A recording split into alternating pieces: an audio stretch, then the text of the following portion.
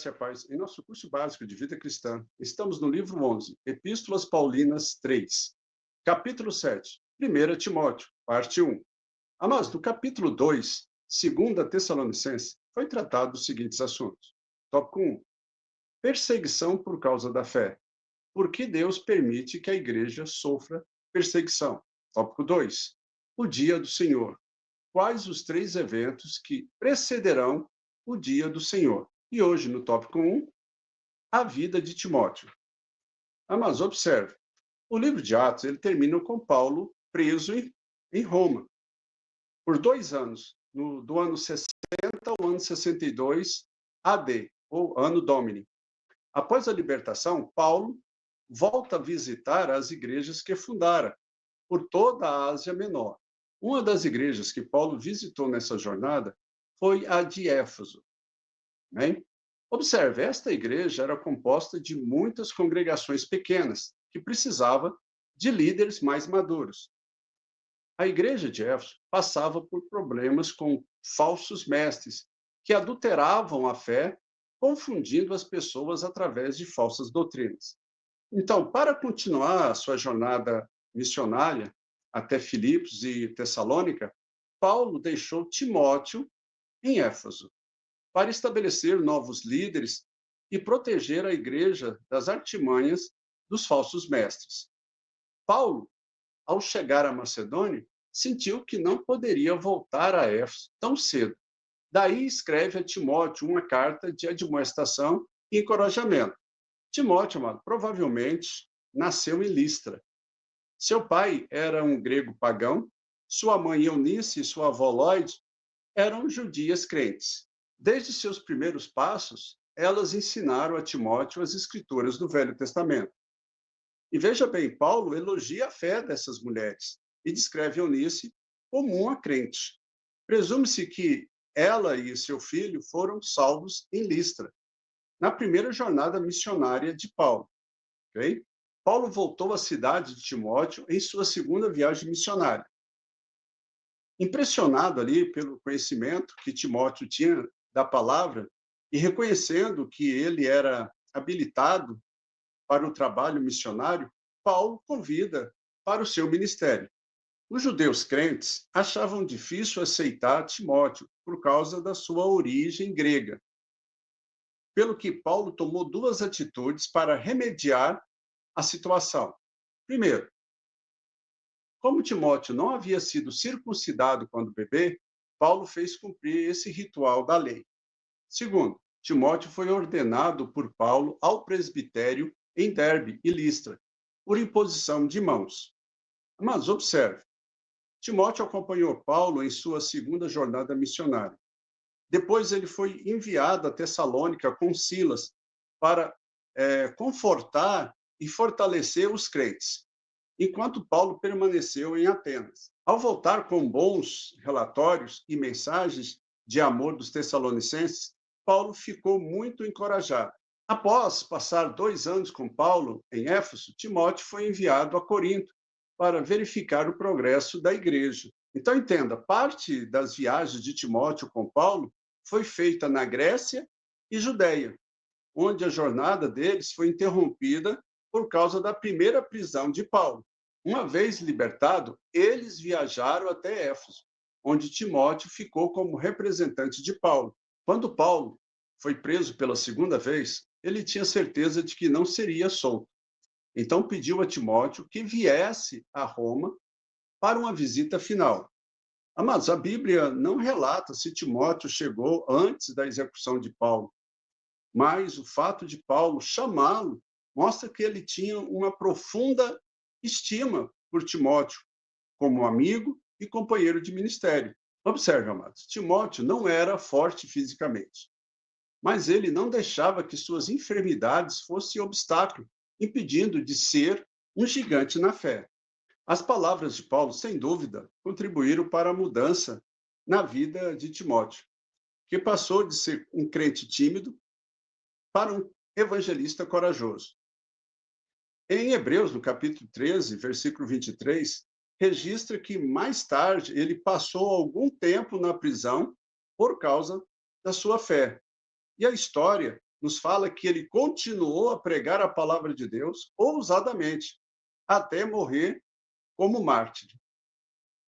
As cartas de 1ª e 2ª Timóteo e Tito são chamadas de epístolas pastorais, porque foram dirigidas aos pastores.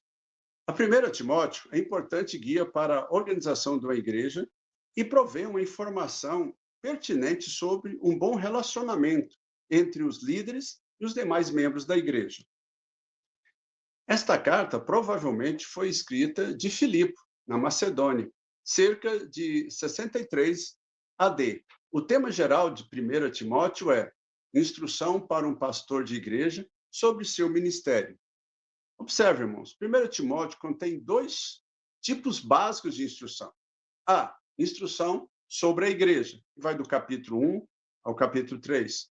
B, instrução sobre o líder da igreja, do capítulo 4 ao capítulo 6. Contudo, as 2 áreas principais de conselho são: tem cuidado de ti mesmo e da doutrina. Está no capítulo 4, versículo 16. Amém? Vamos fazer um resumo de cada capítulo aqui, amados. A instrução à igreja abrange o perigo dos falsos mestres. Capítulo 1.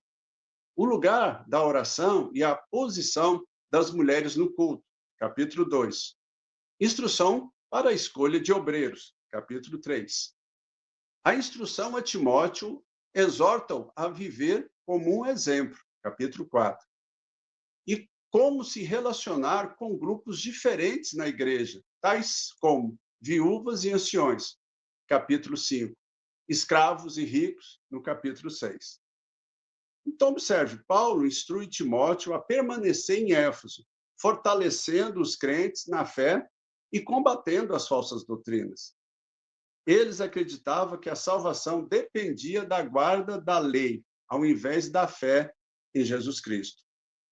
E Paulo provou, com o exemplo da sua própria vida, que a salvação é obtida somente através da fé em Jesus Cristo.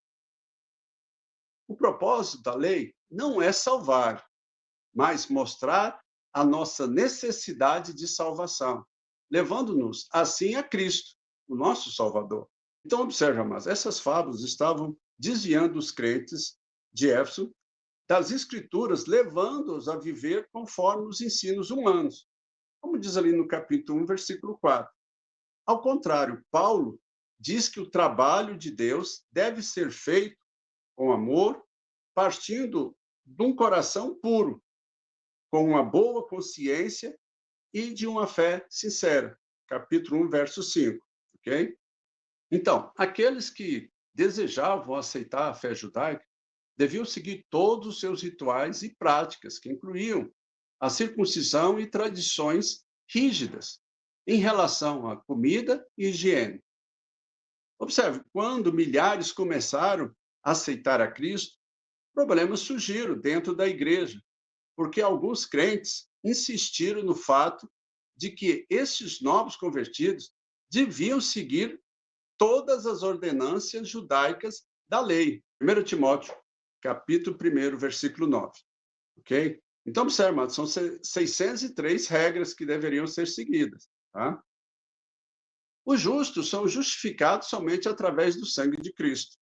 A lei é para os transgressores, versículos 9 e 10. E Paulo acrescenta: tudo quanto se opõe à sã doutrina, versículo 10. Então, durante todos os anos de seu ministério, Paulo nunca deixou de lembrar as circunstâncias da sua salvação. Capítulo 1, versículo 13. Apesar da terrível perseguição que os crentes sofriam por causa de Paulo, Deus o perdoou e transformou sua vida completamente. E para nós encerrarmos a nossa aula de hoje, a experiência de salvação de Paulo serve para nos lembrar que nenhum pecador está fora do alcance da graça salvadora de Deus. E podemos afirmar com segurança que Paulo dedicou o resto da sua vida ao Senhor e o serviu com um só propósito do coração. O capítulo encerra com mais uma exortação a Timóteo para manter a sua fé, combater o bom combate e manter uma boa consciência perante Deus, para que não venha a naufragar na fé. Amém? E na próxima aula, então, tópico 2, o devido culto a Deus. Vamos responder as seguintes questões. Qual o significado de 1 Timóteo, capítulo 2? Qual o pensamento principal de 1 Timóteo, capítulo 3? Amém, amados?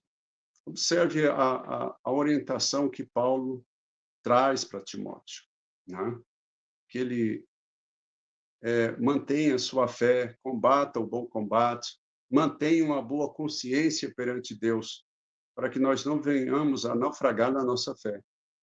Isso serve para nós hoje, nos nossos dias. Nós temos que ter isso em nossa consciência e buscarmos conhecer cada vez mais da palavra de Deus e dos ensinamentos que estão registrados para nós, para que nós possamos, mais uma vez, dar razão da nossa fé.